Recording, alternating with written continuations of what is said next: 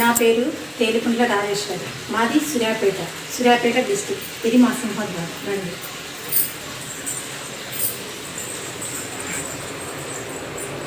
Hi అండి. ఆ అమరావతి అంగన్ Soundarya Lahari channel వారికి నమస్కారం.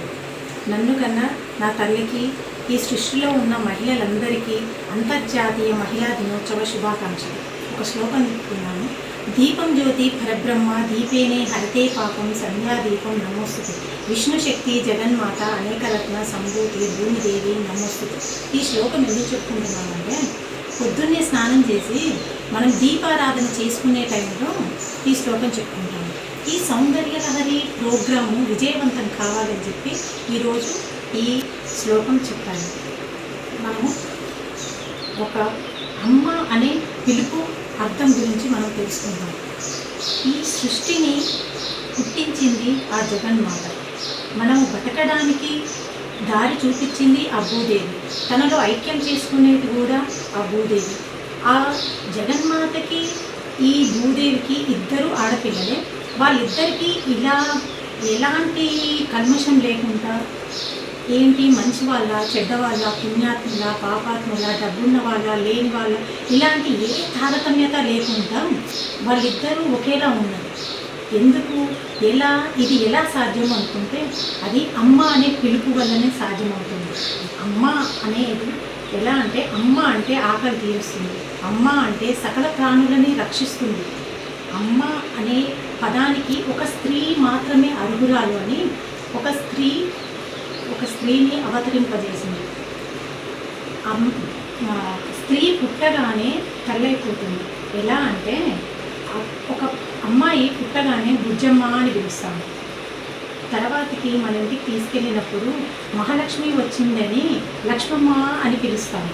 కాస్త పెద్దగైన తర్వాతకి మన ఇంటికి ఎవరైనా వచ్చినప్పుడు, ఏంటి అమ్మ, వాటర్ ఇవ్వనా అని చెప్పి అమ్మమ్మ, పెద్దమ్మ, చిన్నమ్మ, కోడలమ్మ, వదినమ్మ అని అలా పిలుస్తుంది. వరుస పెట్టి తను అమ్మ అని పిలుస్తుంది.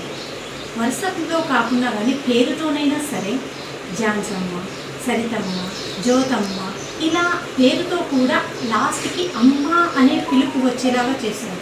అసలు ఏమీ తెలియని వాళ్ళని కూడా మనము అమ్మగారండి, బుజ్జమ్మ గారండి అని పిలుస్తాము. అమ్మ అనే పిలుపులో ఎంత గొప్పతనం ఉన్నది చూడండి. మనకి ఏమి తెలియని వాళ్ళని కూడా అమ్మ అనే పిలుస్తున్నాము. అలా కాకుండా కానీ మనము కింద పడ్డా, తిన్నా, తాగిన, ఏడ్చిన ప్రతి దానికి మనం అమ్మనే యాద్ చేసుకుంటాం. కానీ మనము ఇంకో బిడ్డకి జన్మనిచ్చేటప్పుడు కూడా అమ్మ అనే పిలుస్తాము.